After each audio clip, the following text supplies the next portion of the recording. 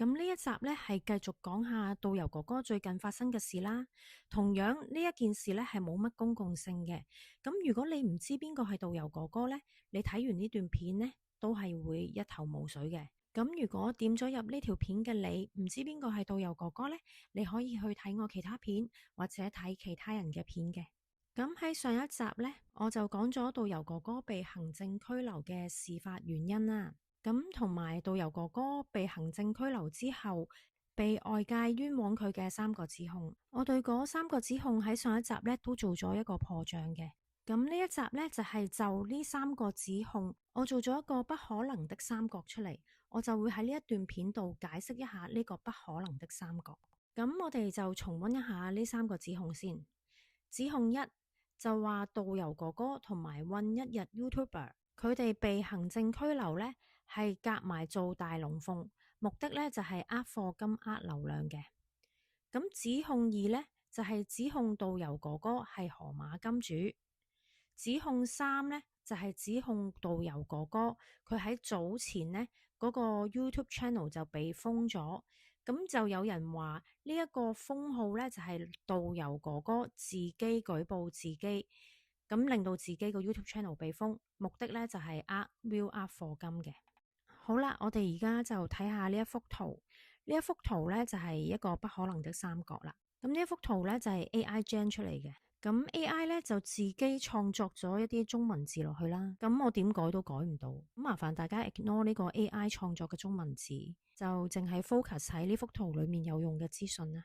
我哋而家開始分析一下呢個不可能的三角啦。咁呢個不可能的三角呢，就叫自編自導自演、冤枉指控嘅不可能的三角。咁喺頂點 A 嗰度呢，就係河馬金主，咁即係話指控導遊哥哥係河馬金主啦。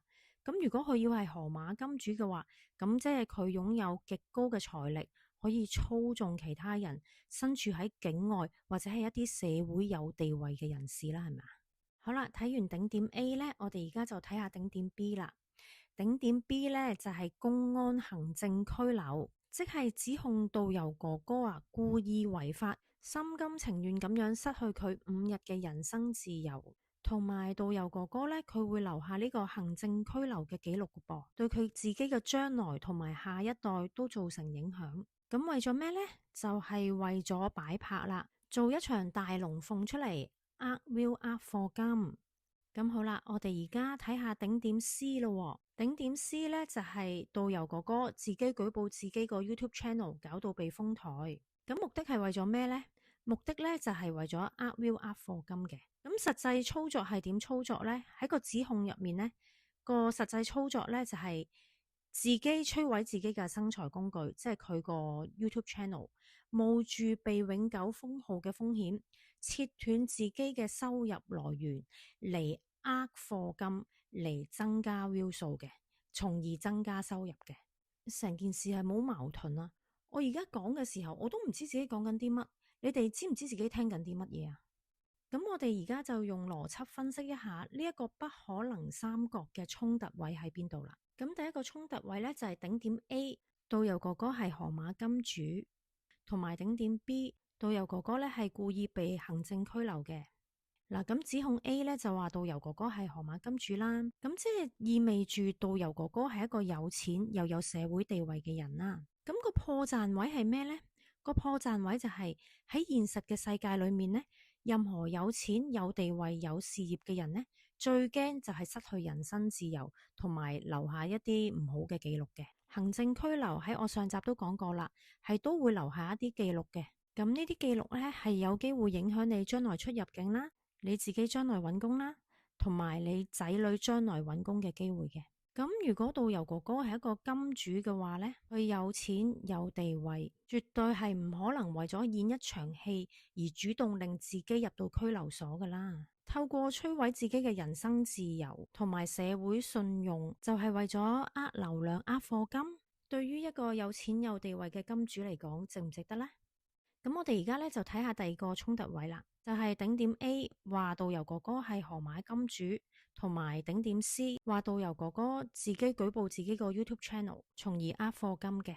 咁如果導遊哥哥做得金主嘅，佢擁有嘅財富應該遠超過佢 YouTube 直播嗰幾日嗰啲課金啊。咁如果導遊哥哥咁有錢，佢使唔使自己搞到自己封台去課金流量啊？仲有喎，封台幾日呢係會導致佢個 channel 權重下降，甚至會咧觸發 YouTube 三震出局嘅機制。你唔好話流量啦，連苦心經營嘅 YouTube channel 都冇埋，流量唔到 channel 又冇埋，呢個風險會唔會大咗啲呢？呢條橋喺經濟邏輯上完全行唔通，稍為有少少腦嘅都唔會咁做。咁我哋而家 move forward 去第三個矛盾位啦，呢個就係頂點 B 故意俾公安行政拘留為咗擺拍，同埋頂點 C 自己舉報自己個 YouTube channel 搞到被封台。咁呢兩個指控呢，就係話俾大家聽，導遊哥哥其實係癲嘅，佢會為咗流量呢不惜一切嘅，包括不惜自己嘅人身自由啦，同埋可以犧牲自己苦心經營嘅 YouTube channel 嘅。咁呢個破綻位係喺邊呢？咁如果你要自編自導自演嘅話，你就一定會揀一啲可以控制嘅手段啦。咁但係喺頂點 B 俾公安拘留同埋頂點 C YouTube 封台裏面呢，都係導遊哥哥不可以控制嘅手段嚟嘅。第一，公安呢係唔會配合你做戲嘅，你要去公安局玩啊嘛，易入難出嘅。第二，YouTube 嘅 AI 審核呢，亦都唔會聽導遊哥哥嘅指揮嘅。你想封幾多日就幾多日啊？ YouTube 嘅 AI 隨時永久封咗你個 channel 嘅。要揾一個人同時採取呢兩種極端手段去課金view嘅，就等於咧喺現實世界同埋網絡世界上高自己 delete 自己。喺邏輯上呢，呢個世界係冇一個咁想賺錢、咁恨錢嘅演員呢，會選擇呢種雙重毀滅嘅路徑嘅。咁如果呢個不可能的三角嘅指控要成立嘅呢，導遊哥哥就必須同時具備以下嘅特質：第一，佢非常有錢、有社會地位，因為佢係金主；同時呢個金主佢又極度缺錢，因為佢要課金。而且佢非常聰明，可以操控大局，但係佢又選擇咗最不可以控制、最容易自毀前程嘅方法，即係佢令自己行政拘留同埋令自己封咗個 YouTube channel。咁我又想問大家啦，大家認識嘅導遊哥哥係咪咁嘅人呢？大家喺自己嘅社交生活圈裏面同埋網絡生活圈裏面，又有冇認識一個咁嘅人呢？其實對導遊哥哥呢三個指控呢，本身就係已經互相矛盾㗎喇。如果要指控導遊哥哥話佢係為咗view、錢去坐監搞到封台，咁就等於承認咗導遊哥哥根本唔係河馬金主啦。因為真正嘅金主呢，係唔會做啲咁低智商同埋咁高代價嘅方法呢，去換取金錢同埋流量嘅。呢一個劇本嘅邏輯混亂程度呢，係媲美一個患有嚴重精神分裂嘅精神病患者嘅。我覺得對導遊哥哥呢三個指控呢，係非常之不合情不合理，極度天馬行空，邏輯極其混亂。我唔知呢三點指控呢係出自邊個人嘅口中啦，亦唔知道呢係咪出自同一個人口中嘅。如果呢三點指控呢係出自同一人口中嘅話呢，我諗大家要檢視一下呢個人嘅智力同埋佢嘅精神狀況。咁如果呢三點指控係出自唔同人口中，但係又有人完全相信呢三點指控嘅話呢，咁我哋大家又要檢視一下信晒呢三點指控嘅人嘅智力同埋佢嘅精神狀況啦。咁我希望就冇呢個人存在啦。導遊哥哥佢本人就當然否認呢三項指控啦。佢同我講呢三項指控非常黐線。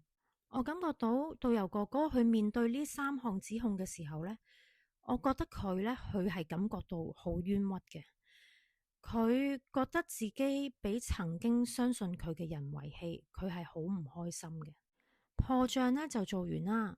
我希望呢，相信導遊哥哥嘅人呢，可以俾多啲關心佢，同埋俾多啲支持佢，等佢知道呢，佢唔係孤零零自己一個人嘅。喺佢嘅 YouTube 道路上呢，其實呢都仲有好多人會支持佢嘅。咁可能會有人覺得導遊哥哥梗係要我出嚟幫佢洗白啦，洗咩白啊？你哋撳去我個 channel 睇下我有幾多個 subscriber 先講嘢啦。我嘅 subscriber 人數啊，都唔夠導遊哥哥嘅對家嘅零頭啊，靠我洗白，真係食得屎啊！咁然之後，可能又會有人講，唉，咁你整呢段片啊，咁啊，梗係擺導遊哥哥上台，呃 view 博出位啦。如果我要博出名嘅話呢，我就喺導遊哥哥被行政拘留嗰5日出嚟講嘢。嗰幾日係大家最想知道發生咩事嘅時候，係最好出位嘅時機。對於我嚟講呢，出呢啲是非片呢係非常傷神嘅。出咗呢條片之後呢，如果多人睇，等緊我嘅呢，可能係無窮無盡嘅批鬥。對於我嚟講呢，係百害而無一利㗎。如果唔係為咗朋友，見到佢咁冤屈，我都唔會咁樣辛苦自己咯。對於導遊哥哥最近嘅事呢，我就講到呢度啦。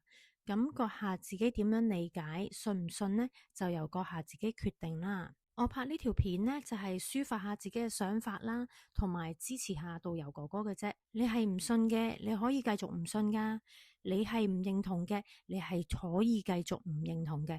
我係唔會去說服你嘅。信唔信我都好，我都多謝你耐心睇到呢一度。希望大家呢有愉快嘅一日啦，拜拜。